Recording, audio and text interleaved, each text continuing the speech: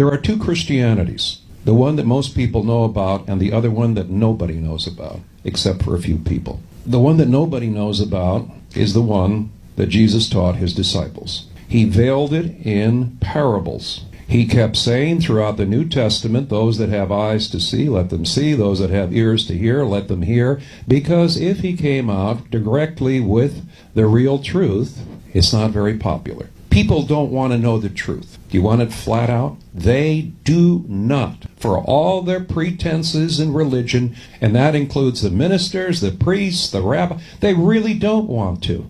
Because if they did, and if they taught it, they would clear out their congregations because nobody would need them. The real truth was that Christ taught the process of going within. Why seekest God over here, over there? I say unto you, the kingdom of heaven is within you. There is no stress and emphasis in traditional Christianity. You won't hear it. Go to any traditional Christian church and ask them, why don't you talk about this thing about being within? And most will look at you, because they've been to seminary school where they didn't talk about it either, with a blank stare. Now, there are some that know about it. But those that know about it keep their lips zippered, because if they did let it out, first of all, the average person doesn't want truth. It breaks up the reality of the myth of humanness. It puts us into a higher plateau. And what happens when you go into a higher plateau of life? You accept more responsibility. And the one thing that people don't want on this earth plane is responsibility. Nobody wants to be responsible for anything except for a few souls that come along and are the way showers and the models for every generation. And so the idea is to see beyond is to look within. And what happens when we look within? Like the children, we take a few moments, we learn how to meditate, and when we learn how to meditate, the inner part of our forehead, the inner part of our head area becomes like a looking glass, very simply. We see into that looking glass. We see beyond our intellect because we begin to pick up images, shapes, forms, scenes, realities that are over and beyond oftentimes what our intellect can conceive.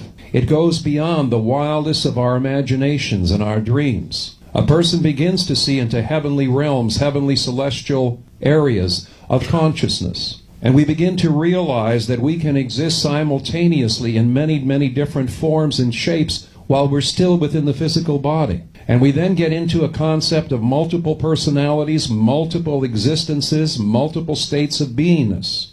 If you wonder, as an example, what happens when a person is in a state of mind where they are overcome by their unconscious, i.e. they become psychotic, they can be in some type of what appears to be to the psychiatrist in some type of a fantasy world, whereas another one of their multiple selves has really kicked in, is now occupying the entirety of the person's beingness. We learn that we can exist in multiple dimensions simultaneously. Now, when I start to say that, I mean I would lose 999 out of 1,000 people. They would think I'm goofy or whatever. That's why Jesus knew you better keep it zipped, and you better speak in parables, and you better not say too much. Otherwise, they won't be able to understand you. They'll think you're foolish. And it becomes down to the thing, that if you say the truth, they'll render you and trample you under their feet.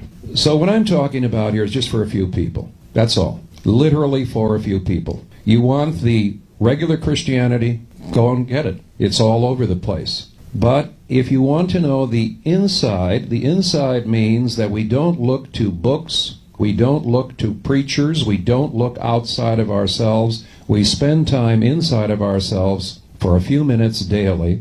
We look within. We reverse the mind in upon itself, and the mind studies itself.